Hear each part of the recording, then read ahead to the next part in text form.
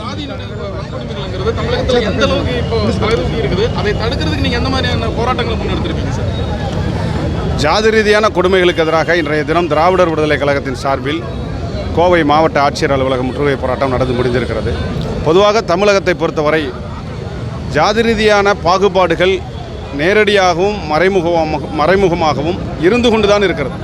அது பல வடிவங்களிலே இருக்கிறது. முன்பை போல வெளிப்படையாக இல்லை என்றாலும் கூட மறைமுகமாகவும் நேரடியாகவும் சாதியத்தினுடைய அந்த பாகுபாடுகள் இருந்து கொண்டு தான் இருக்கிறது. குறிப்பாக கெம்பனூர் என்கிற இந்த கோவை மாவட்டத்திற்கு உட்பட்ட பகுதியில் இருக்கக்கூடிய அந்த பேருந்து நிறுத்தம் என்பது தலித் மக்கள் வசிக்கக்கூடிய பகுதி.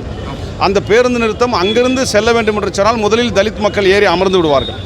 அடுத்த நிறுத்தத்தில் மேல் சாதிகள் என்று அழைக்கப்படுபவர்கள் ஏறுகிற போது தலித் மக்கள் அமர்ந்து நாங்கள் நின்று வர வேண்டுமா, எனவே இந்த பேருந்தை அங்கிருந்து இயக்கக்கூடாது, எங்கள் பகுதிக்கு வேண்டுமானால் அவர்கள் நடந்து வந்து ஏறிக்கொள்ளலாம், அவர்கள் அமர்ந்து வந்து நாங்கள் நின்று வரக்கூடிய அவலம் இருக்கிறது என்பதாக சொல்லி அந்த மக்களுக்கு ஒரு தீண்டாமையை அந்த பகுதியில் இருக்கக்கூடிய ஆதிக்கவாதிகள் நடத்தி கொண்டிருக்கிறார்கள். அதே போல் எண்ணற்ற கிராமங்களில் இன்னும் சலூன் கடைகளிலே முடிதிருத்த முடியாது என்கிற நிலை இருக்கிறது. சுடுகாட்டிற்கு பொதுப்பாதை வழியாக பிணங்களை எடுத்து செல்ல முடியாத கிராமங்களும் இருக்கிறது. இப்படி எண்ணற்ற வடிவங்களிலே தீண்டாமையில் இருக்கிற காரணத்தினால் இருக்கக்கூடிய அரசு இதன் மீது கவனம் செலுத்தி இந்த கொடுமைகளுக்கு ஒரு முற்றுப்புள்ளி வைக்க வேண்டும் என்கிற அந்த கோரிக்கையை மையப்படுத்தி இன்றைக்கு போராட்டம் நடந்து கொண்டிருக்கிறது.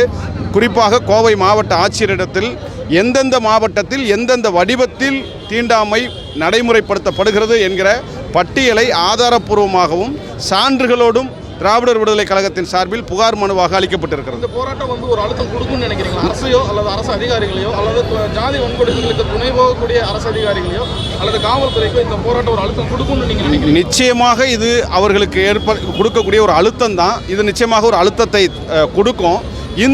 இதுக்கு மேலேயும் அவங்க நடவடிக்கை எடுக்கலைன்னா, இன்றைக்கி எங்களுடைய தலைவர் குளத்தூர்மணி அவர்கள் ஒரு அறிவிப்பு விட்டுருக்கிறாரு, நாங்கள் இன்றைக்கி எல்லா பிரச்சனைகளையும் எடுத்து ஒரு இடத்துல வச்சுருக்கிறோம், இதுக்கு மேலேயும் நீங்கள் நடவடிக்கை எடுக்கலைன்னா எந்த ஊரில் பிரச்சனையோ அந்த ஊர்லேயே போய் நாங்கள் எந்த ஊரில் சலூன் கடையில் முடிவெட்டலையோ அந்த ஊர்லேயே போய் சலூன் கடையை நாங்கள் உடைப்போம், எந்த ஊரில் எங்களை பஸ் ஸ்டாப்பில் உட்கார விடலையோ அந்த பஸ் ஸ்டாப்லேயே போய் நாங்கள் உட்காருவோம், எங்கே செருப்பு போட்டு நடக்க முடியலையோ அங்கே நாங்கள் செருப்பு போட்டு நடப்போங்கிற அந்த இடத்துலையே நாங்கள் இந்த போராட்டத்தை முன்னெடுக்கக்கூடிய அடுத்த கட்ட போராட்டமாகவும் இது முன்னெடுக்கும் என்பதை இந்த இடத்தில் நாங்கள் சொல்லிக்கொள்ள கடமைப்பட்டது.